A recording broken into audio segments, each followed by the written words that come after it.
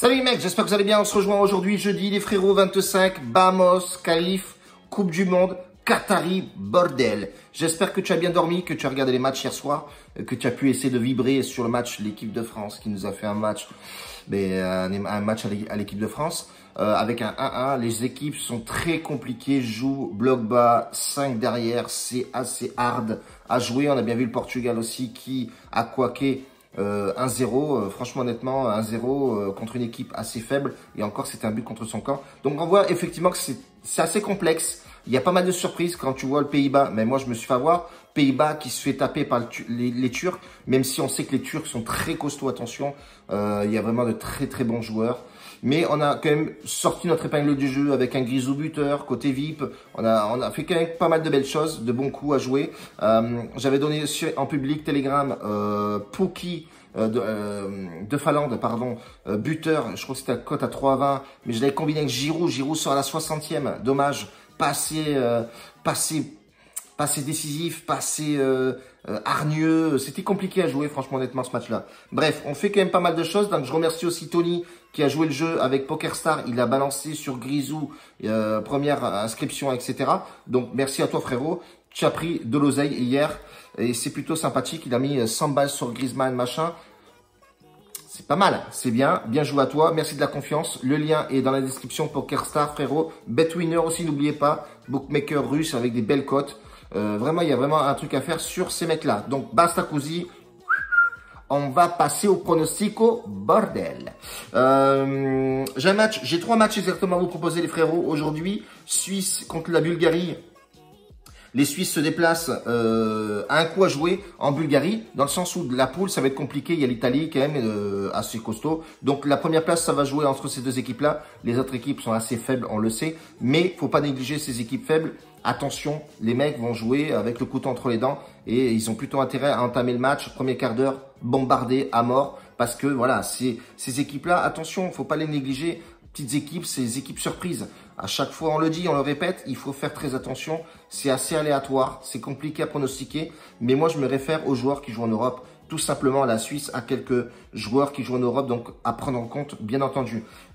Mise tranquille. Moi, je vais partir sur du 3% aujourd'hui, comme hier. Hier, on fait une trentaine d'euros sur Belgique, 2 ou plus qui passent. Et on fait un remboursé 6 matchs nuls sur la Finlande, bien entendu. Et ils pouvaient gagner ce match-là. Ils se font rattraper sur le dernier quart d'heure, sur la dernière dizaine de minutes du match. Mais attention, faites gaffe avec le pourcentage de mise sur vos équipes. Je le répète et je le dis hier encore une fois, il y a un mec qui comprenait pas le remboursé c'est nul. Je lui ai expliqué qu'il n'avait pas perdu d'oseille, il soufflait, il avait mis, c'est ce que je vous ai dit hier, le mec a mis all-in quoi, tranquille. Les frérots, modérez vos mises. On sait très bien que le football c'est aléatoire, surtout en ce moment avec le Covid, etc. On ne le répète pas assez. Donc calmos, bordel, on joue paisiblement. Donc j'ai dit la Suisse en sec. Pour moi, la Suisse a toutes les cartes en main. Les dernières confrontations, on les regarde pas parce que ça date déjà depuis pas mal de temps. Mais on peut voir effectivement qu'ils font un bon parcours. Nations League, etc. Je les ai un peu suivis aussi. Donc la Suisse a vraiment son coup à jouer contre la Bulgarie et je le sens vraiment bien. Donc on partirait plus sur Bulgarie. Après tu peux regarder effectivement les stats. Bon, même si les stats ça remonte quand même à pas mal de temps. Mais moi je me consacre vraiment sur les derniers matchs joués de ces deux équipes-là. On peut voir que la Bulgarie a un peu de mal, hein, 3 défaites pour une seule victoire, c'était contre le Gibraltar. Ils font match nul contre République d'Irlande. C'est franchement, voilà, c'est chaotique de ce côté-là. Côté Suisse, ils font un match nul contre l'Espagne, ils perdent la Belgique, c'est assez logique. Durant 2020-21, ils rencontrent l'Espagne et notamment l'Allemagne, ils font 3-3. Donc, Suisse, c'est une équipe sérieuse à prendre en compte. Là, je pense que contre ce candidat-là, ça va pas être si facile que ça, mais je pense que la Suisse devrait gagner ce match sans aucun problème. S'il y aura des problèmes, mais devrait le gagner forcément. Deuxième match, moi, qui me plaît fortement, c'est le Danemark. Danemark, j'ai eu l'habitude de les jouer même en Coupe du Monde.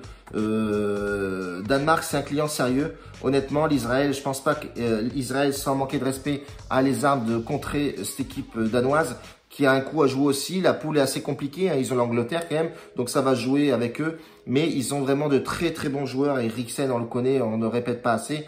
C'est vraiment un bon joueur. Et tu as d'autres pépites, notamment dans cette équipe danoise. Attention, l'Israël, voilà, c'est encore une petite équipe qui joue à domicile. Est-ce que ça va jouer du feu de Dieu? Mais je pense fortement que Danemark a vraiment ses cartes à jouer dans ce match-là. Et je vais partir sur une victoire sèche aussi. Voilà, pourquoi pas? Parce que quand tu regardes le bilan de Danemark, c'est quand même pas mal. Bon, Belgique, forcément, tape un peu tout le monde. Mais l'Israël, 2 nuls, 2 victoires quand même. Hein. Scotland et les Slovaques. Mais sinon, quand les grosses écuries, on voit que ça pêche un peu. Et le Danemark, je les considère comme vraiment une grosse écurie. Pourquoi pas jouer le Danemark? Tu auras tout affiché, hein, bien entendu, sur la page. Donc, déjà 2 matchs en sec. Ça va être risqué, certes, mais c'est possible. Dernier match à jouer, ça va être les Polonais. Encore une fois, pourquoi les Polonais? Parce que voilà, les Polonais, belle équipe. Lewandowski, t'as vraiment du lourd dans cette équipe-là. Ça va être que lui que je vais te citer, avec Milik aussi qui est arrivé à l'OM. Mais c'est une équipe sérieuse à prendre en compte aussi. Je pense que il n'y aura pas trop de mal à jouer cette équipe-là, même si c'est à l'extérieur. Encore une fois, une petite équipe qui donne du fil à retordre. On voit que contre la Turquie, ils ont gagné 2-0. Contre la Serbie aussi, ils ont fait 1-1. Contre la Russie, ils ont fait 0-0. Voilà, on a une équipe quand même assez compétitive. Attention, hein, la Hongrie, ça touche le ballon, ça joue à la baballe, ça va envoyer du mastic, on le sait, mais tu as une équipe en face qui est plutôt pas mal. Moi, les Polonais, franchement, honnêtement, ils me plaisent. Il y a vraiment une belle équipe en face. Ça peut, on peut couaquer là-dessus, mais j'ai une forte confiance sur cette équipe-là. Pourquoi pas tenter Pologne, gagnant en sec. Ça va être des matchs risqués, certes, mais je pense qu'il y a de fortes possibilités que ça passe. Et j'ai vraiment une bonne confiance sur ces 3 matchs-là. Voilà, mais si on fait un 2 sur 3, c'est plutôt bien. Ça sent vraiment très très bien. On fait un sur 3, c'est dégueulasse. On fait un 3 sur 3 perfect. C'est fantastique. Magorique, bordel. En tout cas, on reste comme ça pour aujourd'hui. Je pense que ces 3 matchs-là devraient passer avec de la difficulté, certes, mais devraient passer quand même. Je pense vraiment qu'il y a un coup à jouer sur ces équipes-là. Si t'as pas encore PokerStar, ben, je t'invite fortement à utiliser le lien dans la description. Frérot, fais-toi plaisir. Mets-moi des petits pouces. Challenge 120 pouces pour la vidéo de demain pour envoyer du mastic. Frérot, prépare-toi. On va envoyer de la castagne demain. Et puis, je te remercie aussi tous les mecs, les nouveaux abonnés dans le VIP ou que ce soit partout. Merci les frérots, faites confiance et ça fait vachement plaisir. Ça suit les pronostics, ça converse, etc. J'ai 5-6 mecs en suivi bankroll qui me font confiance et ça, je vous remercie les frérots parce que voilà, c'est pas tout le monde qui te confierait sa bankroll pour gérer ses mises, etc.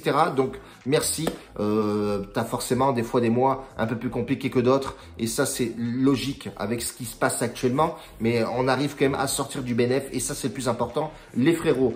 Je te laisse là-dessus, médite fortement sur le nouveau bookmaker et BetWinner, etc. Tous les liens sont sur Telegram, donc je t'invite à venir sur Telegram, Snapchat, Instagram.